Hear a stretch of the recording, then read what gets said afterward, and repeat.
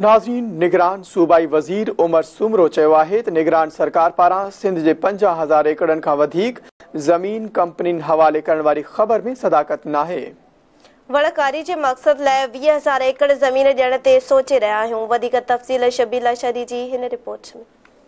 इतलात खाते जे निगरान सूबाई वज़ीर सैयद अहमद शाह ऐं कानून औकाफ तोड़े ह्यूमन राइट्स खाते जे निगरान सूबाई वज़ीर उमर सुमरो सिंध असेंबली जे कमेटी रूम में गॾियल प्रेस कॉन्फ्रेंस कई।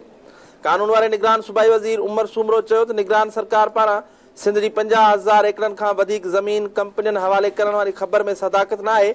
वणकारी जे मक़सद लाइ 20,000 एकड़ ज़मीन ॾियण ते सोची रहिया आहियूं। SIFC की अम्ब्रेला के अंदर फॉरेस्टेशन, पाकिस्तान का कार्बन फुटप्रिंट यानी जो हम पोल्यूशन करते हैं उसको कम करने के फैसले कर दिए गए हैं।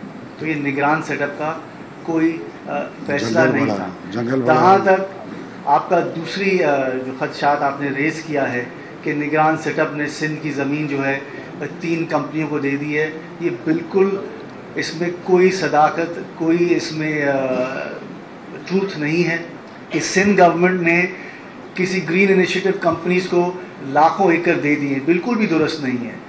जिन कंपनीज को सामने आना है and this is open to the public, वो आ सकती हैं। निगरान सूबाई वज़ीर उमर सुमरो चयो त औकाफ खाते जी अरबे रुपयनि जी मिल्कियत, दुकान ऐं बंगला घटि मसवार ते ॾियण जो इंकशाफ थियो आहे। औकाफ खाते मिल्कियतनि जा अघ वधाइण जो फ़ैसिलो कयो आहे। संदसि चवणो त औकाफ जी निगरानी हेठि ईंदड़ सिंध जे 77 दरगाहुनि जे नज़राने जे पेतियुनि जा पैसा जंहिं अकाउंट में वञणु घुरिजनि उन में नथा वञनि, उन लाइ बि कोशिशूं जारी आहिनि। सूबाई वज़ीर उमर सुमरो जो चवणो त कींजर ढंढ जी 6,500 एकड़ ज़मीन तवानाई वारे खाते खे ॾियण वारी समरी आई हुई, पर हुन कानून वारे वज़ीर जी हैसियत में उन ते एतिराज़ वारे वापसि करे छॾी आहे। संदसि चवणो त कींजर जी ज़मीन सां तवानाई वारे खाते जो कहिड़ो वास्तो, अहिड़ो मुआहिदो हुन जी नज़र में ग़लति आहे।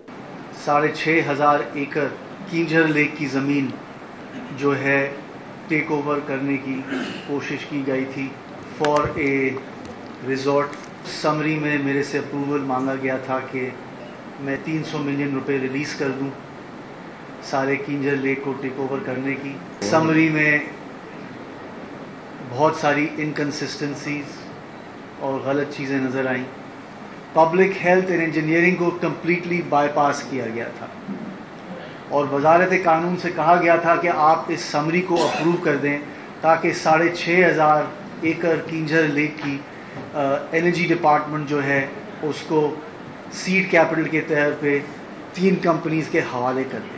तो मैंने रिजेक्ट किया और मेरी कमेंट्स लिखत में हैं बिफोर द टूरिज्म मिनिस्ट्री। अब the matter is before the tourism ministry.